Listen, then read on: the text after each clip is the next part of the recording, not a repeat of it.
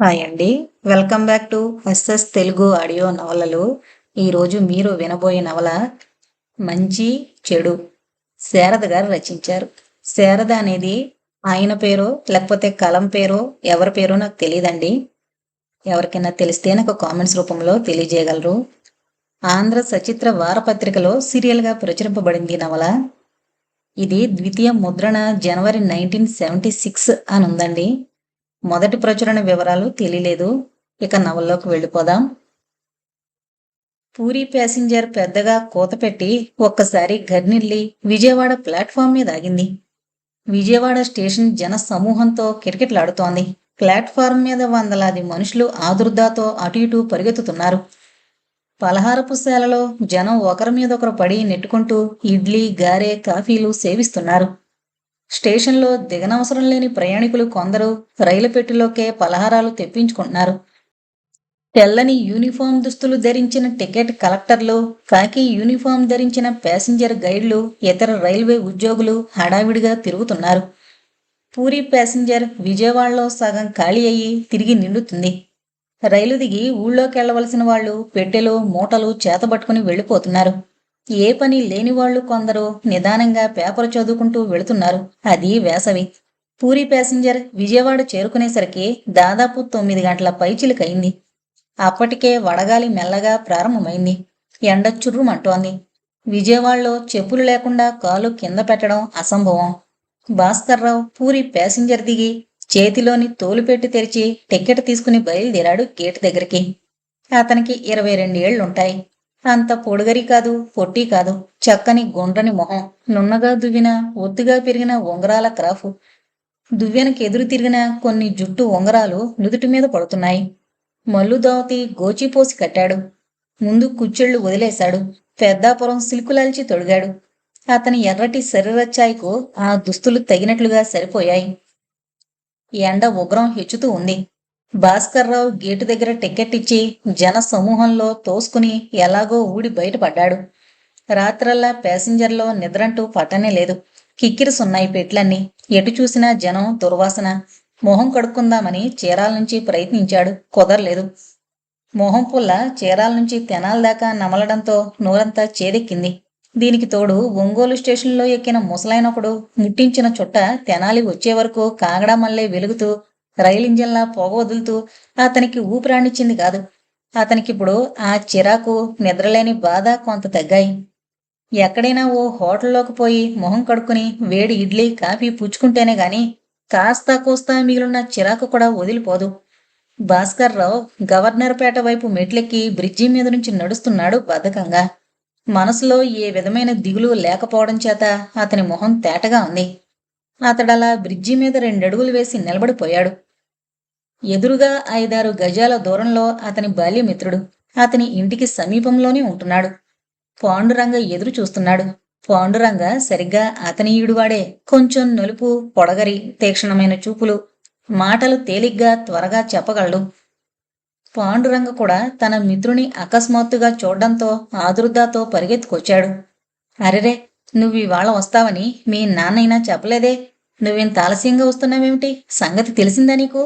అని అతడు గబగబా అడిగేశాడు. బ్రిడ్జి కింద నుంచి ఏదో ఇంజన్ పోగొస్తోంది. కోత వినబడుతోంది కర్ణ కఠోరంగా. ఎలా చెబుతాడు మా నాన్న? ఆయనకి నేనొస్తానని తెలియందే అన్నాడు భాస్కర్రావు తన మిత్రుని చేయి పట్టుకుని నిదానంగా నడుస్తూ. పాండురంగ ఆశ్చర్యంగా కొత్తగా చూశాడు మిత్రుడి వంక. అలాగే 2-3 నిమిషాలు చూస్తూ మౌనంగా నడిచాడు మిత్రుడితో పాటే. వాళ్ళిద్దరి పక్క నుంచి జనం తోసుకుంటూ నడిచి వెళ్ళిపోతున్నారు. జట్కా వాళ్ళు, సైకిళ్ల వాళ్ళు ఎదురై బాబూ రండి, ఊళ్ళోకి మనిషికి బేడా అంటూ ఆప్యాయంగా ఆహ్వానిస్తున్నారు. ఉన్నట్టుండి పాండురంగ, అయితే మీ నాన్న నీకు ఉత్తరమన్నా రాయలేదన్నమాట అన్నాడు ఆశ్చర్యం ప్రకటిస్తూ. ఏం, మామూలుగా వారం క్రితం ఓ ఉత్తరం రాశాడు. అందులో విశేషాలేమీ లేవు. ఏంటి నువ్వనేది?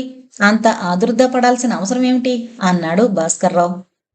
ఆదుర్దాకేముందులే కాని అంటూ లాగుతూ ఎందుకో పెనుగులాడుతున్నాడు పాండు. చెప్పరా నాయనా అన్నాడు భాస్కర్రావు తొందరగా అడుగులు వేస్తూ. చెబుతాలే, నీ మొహం చూస్తే నీకు సంగతి సందర్భాలు తెలిసినట్టా తెలియనట్టా అని ఊహించలేక బాధపడుతున్నాను. నీకు ఏమీ తెలియనట్టే అనుకుని చెప్పమంటావా అన్నాడు సందిగ్ధావస్థలో ఉన్న పాండు.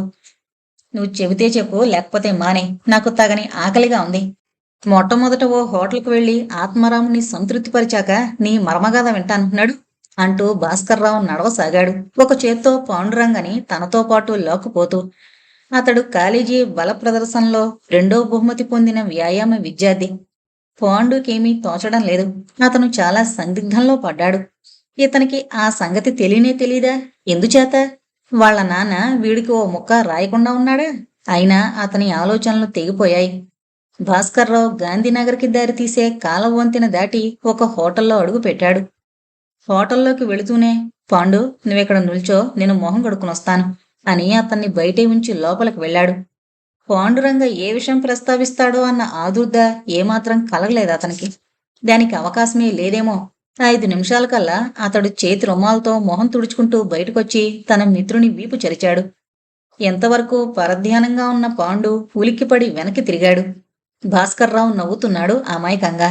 రాబోయే లోపలికి, కాఫీ తాగుదాం అంటూ అతను తన స్నేహితుణ్ణి లోపలికి లాక్కుపోయాడు. పాండురంగ ఆలోచిస్తూ ఒక బల్ల ముందు కుర్చీలో కూలబడ్డాడు. ఎదురుగా భాస్కర్రావు కూర్చున్నాడు. 2 ప్లేట్లు ఇడ్లీకి ఆర్డర్ ఇచ్చి, ఏదో విశేషమన్నావు కదా ఇందాక, ఏంటది? ఇప్పుడు చెప్పు, నిదానంగా తింటూ వింటాను అన్నాడు భాస్కర్రావు. అయితే నీకు అసలేం తెలీదన్నమాట. చెప్పరా చంపక, నాకే గొడవ తెలీదంటున్నానుగా. ఇదిగో, నిన్న రాత్రితో కాలేజీకి సెలవులిచ్చారు. వెంటనే బండెక్కేశాను. అంతకంటే నాకు ఇంకేం తెలీదు అన్నాడతను వేడి ఇడ్లీ పచ్చడితో నంజుతూ. ఏముంది, మీ నాయన పెళ్లి చేసుకున్నాడు నిన్న అన్నాడు పాండు ఊపిరి బిగబట్టి. అతనింకా ఇడ్లీ తినడానికి ఉపక్రమించలేదు. భాస్కర్రావు ఇడ్లీ తింటూ పక్కపక్క నవ్వాడు. ఇదట్రా నువ్వు చెప్పే కబురు? మా నాయనకి పెళ్ళా? చచ్చా, పరాచకలాడుకో, తిను తిను, ఇడ్లీ చల్లారిపోతుంది. పాండు చాలా సీరియస్గా ఇడ్లీ తినకుండానే, అరే, నేను అబద్ధమాడుతున్నాననా నీ ఉద్దేశం? నిన్న రాత్రి 11:40 సుముహూర్తంలో మీ నాయన పెద్దల సమక్షంలో పెళ్లి చేసుకున్నాడు. ఇదిగో సాక్ష్యం కావలిస్తే అంటూ తన జేబులో నుంచి ఓ శుభలేఖ తీసిచ్చాడు. భాస్కర్రావు చేతిలో వేడి కాఫీ గ్లాసు ఉన్నదన్న స్మరణైనా లేకుండా ఆ పత్రికని అదే పనిగా 5-6 నిమిషాలు తీవ్రంగా చూశాడు. అతడు దాన్ని చదువుతున్నాడో లేదో, అది అతనికి అర్థమైందో లేదో పాండురంగకి బోధపడలేదు. భాస్కర్రావు మొహం ఒక్క క్షణం పాటు వివరణమైంది. మరుక్షణమే అతను ఆ దెబ్బ తట్టుకున్నట్టు శుభలేఖ బల మీద పడేసి కాఫీ ఆప్యాయంగా చపరించి తాగసాగాడు.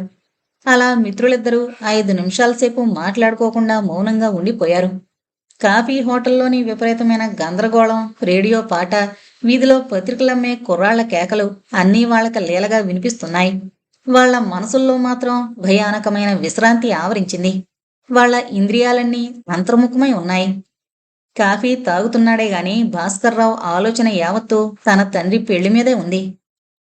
ఏంటిది? పెళ్లి వివరమేంటి? తనకొక్క ముక్క రాస్తే ఏం పోయింది? అంత వ్యవధి లేకపోయిందా? తన సలహా అడగనక్కర్లేకపోవచ్చు, కానీ తనకు తెలియజేయడంలో ప్రమాదమేముంది? అయినా ఇప్పుడే వీటన్నింటికీ జవాబు చెప్పేవారెవరు? నిదానంగా ఆలోచించొచ్చు. అతను అలవాటు ప్రకారం చప్పున ఆలోచన మానేసి పాండు వైపు తిరిగాడు. అతని మొహంలో యథాప్రకారం శాంతి మళ్లీ నెలకొంది. పాండు, మా పిన్ని ఎలా ఉందో చూసావా నువ్వేనా అని అడిగాడు అకస్మాత్తుగా. పాండు మొదట కొంచెం నిర్ఘాంతపోయినా వెంటనే కోలుకుని, ఆ మాటకొస్తే పెళ్లి పెత్తనమంతా మీ నాన్న నా మీదే వేశాళ్లే, పోదాంలే, దారిలో అంతా చెబుతాను అన్నాడు లేస్తూ. భాస్కర్రావు లేవబోతున్న తన మిత్రుని చేయి పట్టి లాగి కుర్చీలో కూర్చోబెట్టాడు. పెళ్ళేమో అవనే అయిపోయింది. ఇప్పుడేం తొందర మనకు? నిదానంగా వెళదాం. వివరంగా చెప్పు, వింటాను అన్నాడు చాలా శాంతంగా. పాండు నివ్వెరపోయాడు, కానీ కూర్చున్నాడు. అవును, అతను చెప్పేది ఎటూ నిజమే. కొంత వివరంగా తెలుసుకుని ఇంటికి పోతే మరీ కొత్తగా ఉండక కాస్త తెరిపిగా ఉంటుంది కూడా. ఇలా ఆలోచిస్తూ పాండు గొంతు సవరించుకున్నాడు. ఇంతలో సర్వర్ బిల్లిచ్చాడు. ఇద్దరు మిత్రులు 5 నిమిషాల పాటు ఆ బిల్లు ఎవరు తీసుకోవాలని తర్జన భర్జనలో పడి ఒకరి చేతిలోది ఇంకొకరు లాక్కోబోయారు. అది కాస్త చినిగింది. చివరికి భాస్కర్రావు గెలిచాడు. అది కాదు పాండు, ఈ ఆలోచన మా నాన్నకి ఎప్పుడు కలిగిందంటావు అని ఉపక్రమించాడు అతడే. వారం ముందు. అంతా చకచక అయిపోయింది.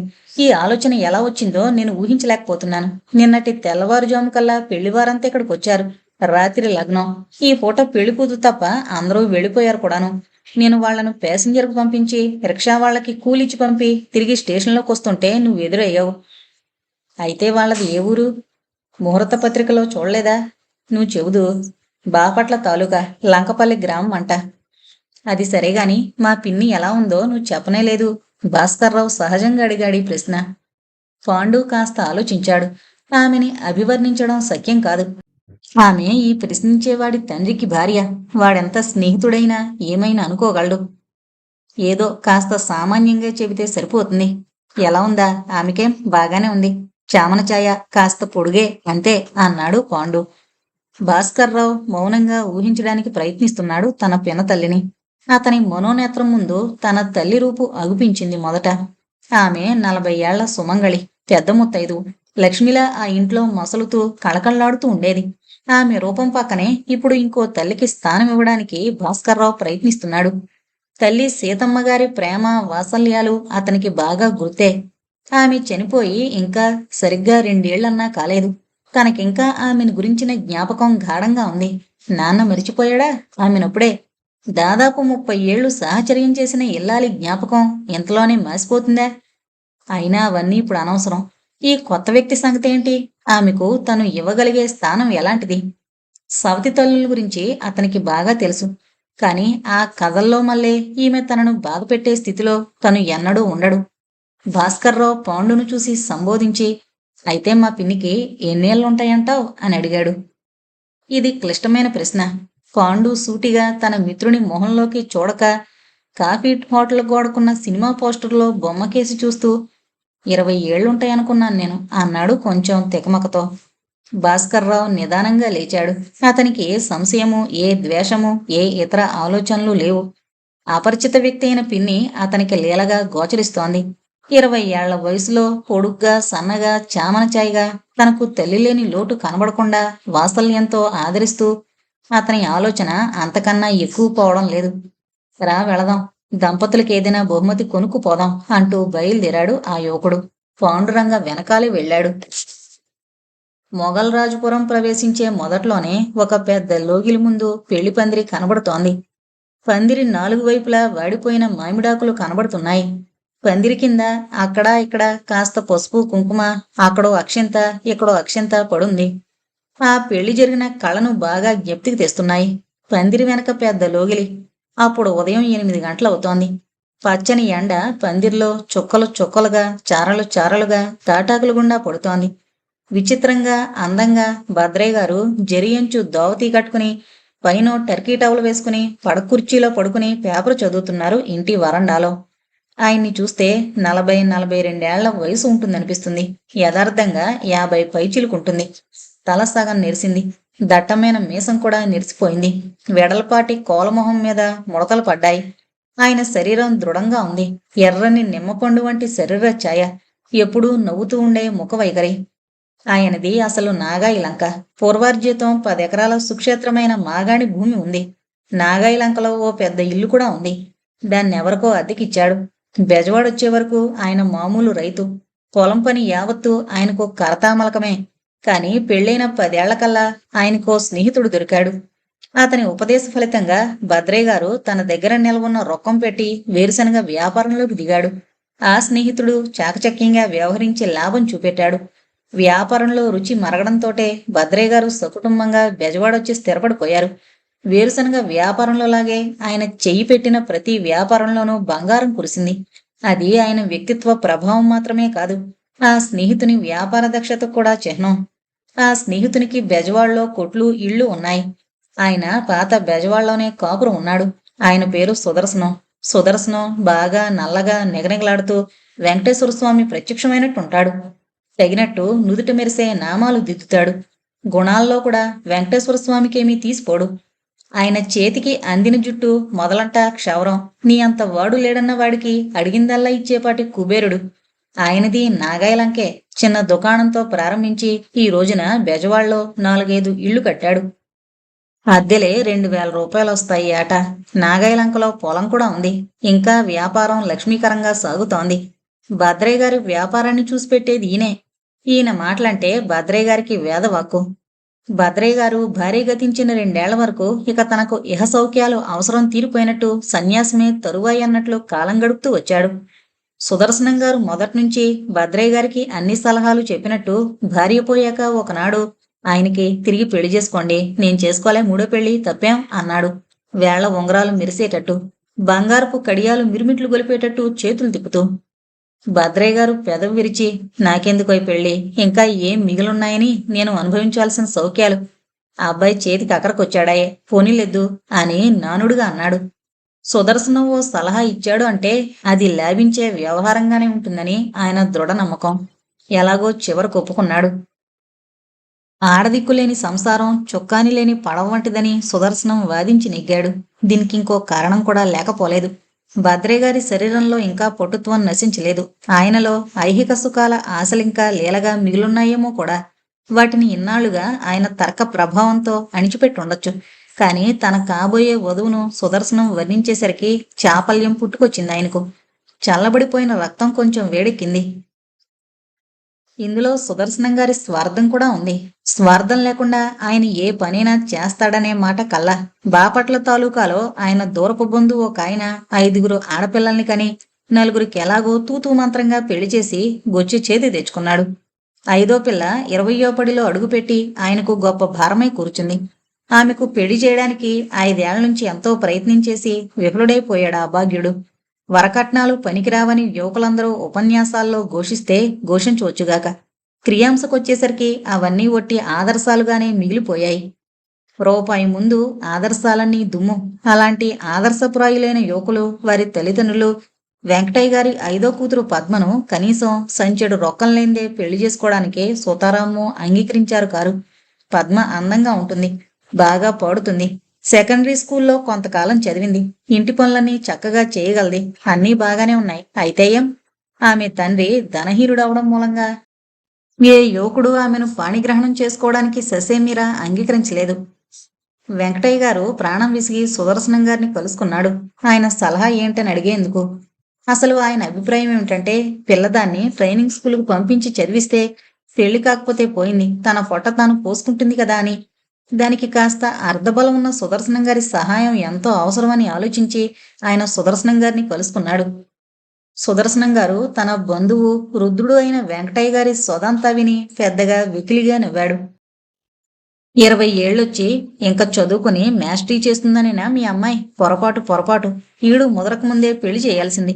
ఇప్పుడు మాత్రం ఏం మునిగిపోయింది వెంకటయ్య, నేను పెళ్లికి ఏర్పాటు చేస్తాలే, దిగులు పడకు. ఎన్నాళ్ళు దీని గురించి ఒక్క మాట నాతో చెప్పావు కాదేం అని ఓదార్చి, పైగా ఆ అమ్మాయిని తీసుకొచ్చి మా ఇంట్లో వదిలిపెట్టి వెళ్ళు, తర్వాత వ్యవహారం నేను చూస్తాను. నువ్వు ఎటు తిరిగి బోర్డు తిప్పేశావు. నీకు నీ భార్యకి ఇక ముందు కాలం ఎలా వెళుతుంది ఆలోచించావా కాస్తైనా? పెద్దతనంలో ఆస్తి లేక, సంపాదించి పెట్టడానికి కొడుకు లేక ఎలా బతుకుతావో. నీకు 2 ఎకరాలు కలిసి వచ్చేటట్టు నేను చేస్తాను. వెళ్ళి వెంటనే ఆ అమ్మాయిని ఇక్కడికి తీసుకురా అని చాలా ఉదారంగా 10 రూపాయలు బదులు కూడా ఇచ్చి పంపాడు. ఆ క్షణాన ఆయన ఆంతర్యంలో భద్రయ్య గారు కనిపించాడు. బేష్ బాగుంది అనుకున్నాడు. ఇందులో తనకేం ఒరుగుతుంది?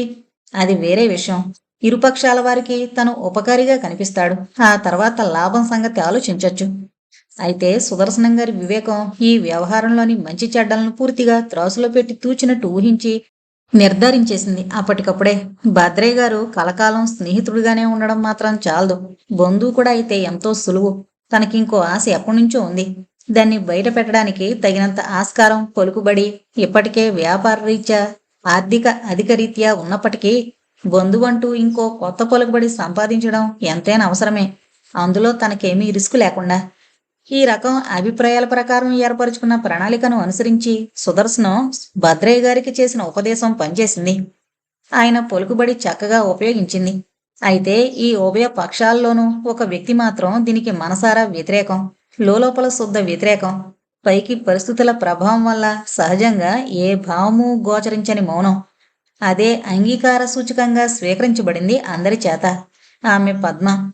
పెళ్లి అనే మహత్తర సంఘటనలో ఆమె 2వ పాత్ర స్వీకరించాలి. స్వీకరించడంలో ఆమెకేమీ అభ్యంతరం లేదు. ఆమె స్వభావానికి, ఆమె ఊహలకు అందిన పెళ్లి కాదిది. అయితే ఏం చేస్తుంది? పరిస్థితులు అలా ఉన్నాయి. తల్లి కంటతడి పెట్టింది. తండ్రి చాలా విరక్తిగా మాట్లాడాడు. ఆమె మనసు సంఘర్షణలో పడి చివరికి మెతకిచ్చింది. కరుడుగట్టిపోయింది. తుఫాను అంతరించి వినాశకరమైన, హృదయ విదారకమైన శాంతి ఆమె మనసులో నెలకొంది. ఆమె బెజవాడలో దిగి పెళ్లి వారం ఉందనగా సుదర్శనం గారి సుఖ విలాసంలో అడుగు పెట్టింది. చుట్టూ చూసింది.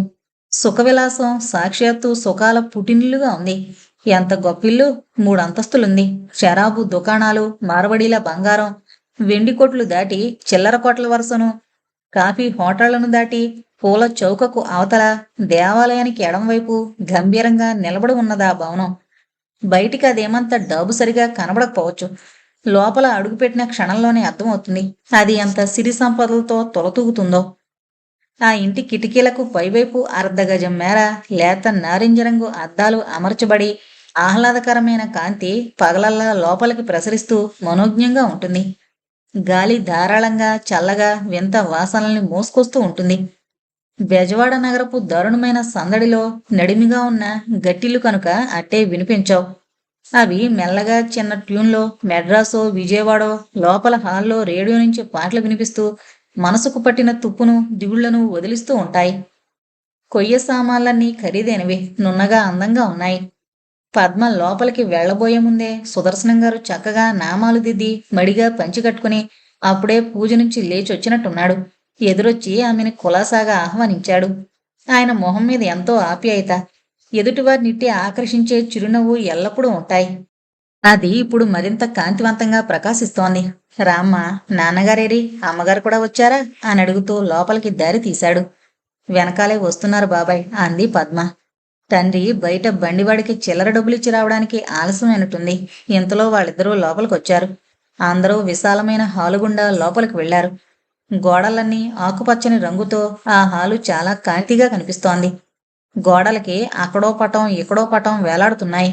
వాటిని బట్టి సుదర్శనం గారి అభిరుచి నిర్ణయించడం కష్టసాధ్యం. గాంధీ, నెహ్రూ, పటేల్ గార్ల చిత్రాలు, వాటి మధ్య సత్యనారాయణ స్వామి పెద్ద పటం, ఎదురుగా చిన్న చిన్న సినిమా తారల చిత్రాలు. వాళ్ల సంభాషణ యావత్తు ఇతర చిల్లర విషయాల గురించే సాగింది. కాబోయే పెళ్లి గురించి ఎందుకనో పద్మ సమక్షంలో వివరంగా మాట్లాడడానికి అందరూ జంకుతున్నారు. వ్యక్తతొచ్చిన పిల్ల, 50 ఏళ్లు పైబడ్డవాడికి రెండో సంబంధం ఇచ్చి పెళ్లి చేయడం అనేది ఒక సమస్య. ఆమె ప్రస్తుతం అంగీకరించినట్టే కనబడుతోంది. లోపల ఆమెలో రగులుతున్న అగ్నికణం ఏ క్షణాన జ్వాలై తిరగబడుతుందో. పెళ్లి కొడుకును ఈలోగా ఒకసారి ఆమెకు పరిచయం చేయడం చాలా అవసరం. ఆమెను కూడా భద్రయ్య గారు ఒకసారి చూడాలి. చూస్తే ఇక ఈ సంబంధం స్థిరపడిపోయినట్టే. సుదర్శనం గారు అతిథులకు కాఫీ, టిఫిన్లు తెప్పించాడు. పద్మ తిరిగి ఆలోచిస్తోంది. కాఫీ పొగలొస్తోంది.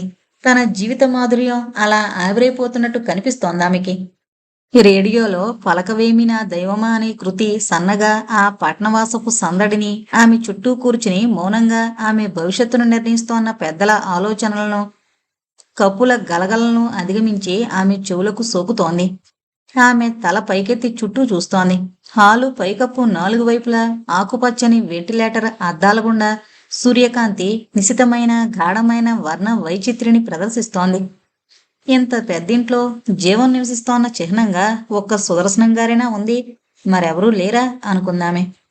పెళ్ళికొడుకు సాయంకాలం 3 గంటలకు వస్తాడు అని సుదర్శనం గారు చెబుతున్నాడు వెంకటయ్య గారితో. పద్మ ఊహించసాగింది, ఎలా ఉంటాడీ కాబోయే భర్త అని.